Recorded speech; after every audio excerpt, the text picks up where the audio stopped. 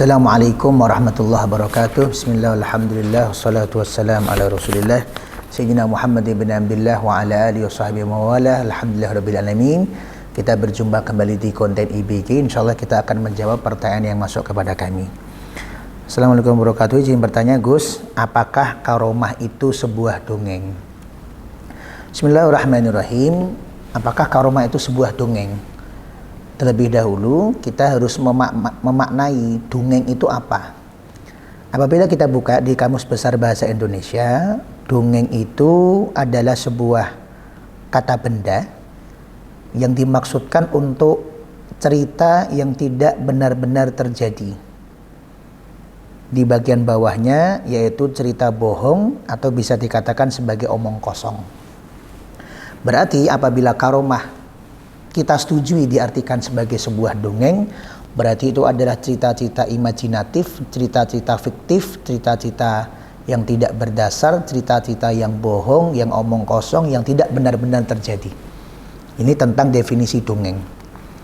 Yang kedua, definisi karomah secara arti lugotan, secara bahasa, karomah berarti kemuliaan.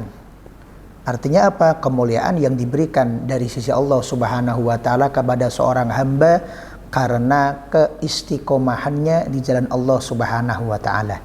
Ini adalah definisi secara syariat. Artinya apa? Tidak semua kelebihan itu adalah disebut karomah. Kenapa? Karena ada kelebihan yang tidak bersumber dari Allah, tapi bersumber dari syaitan, di mana orang memungkinkan untuk melakukan sesuatu yang khariqul adat, melakukan sesuatu yang bertentangan dengan adat kebiasaan manusia.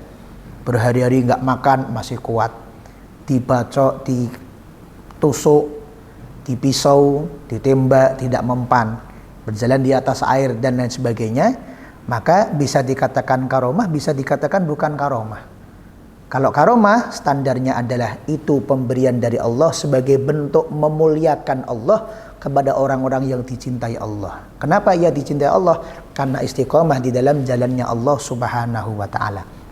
Maka di dalam kaidah-kaidah dalam bertasawuf, di dalam kaidah-kaidah di dalam menentukan karomah atau bukan, standar utamanya adalah pandangan dohir secara syariat. Apakah orang yang dikatakan memiliki karomah tersebut benar-benar orang yang istiqamah di jalan Allah Subhanahu wa taala? Apabila tidak, maka namanya bukan karomah tapi namanya adalah istidraj.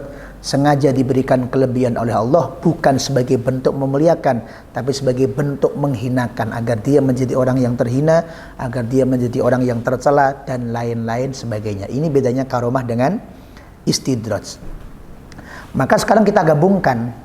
Apakah karomah sesuai dengan definisi yang tadi kami berikan?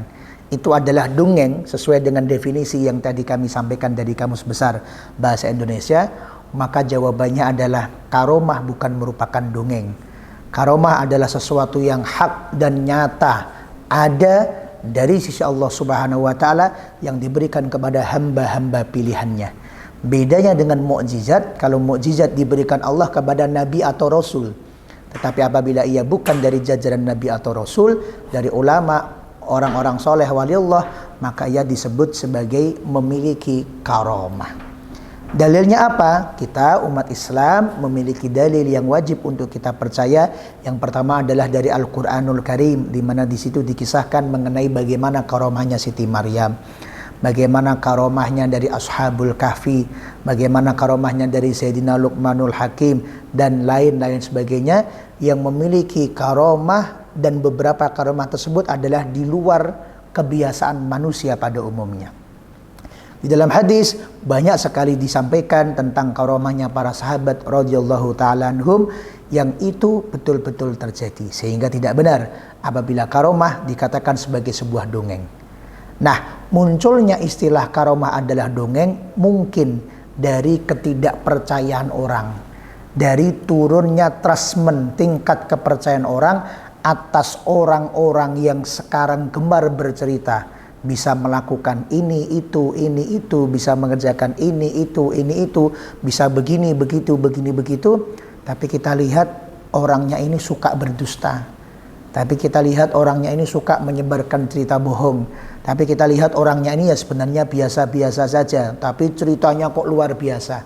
Sehingga muncul istilah-istilah mulai tidak percaya karomah, mulai mengatakan karomah sebagai sebuah dongeng dan lain sebagainya.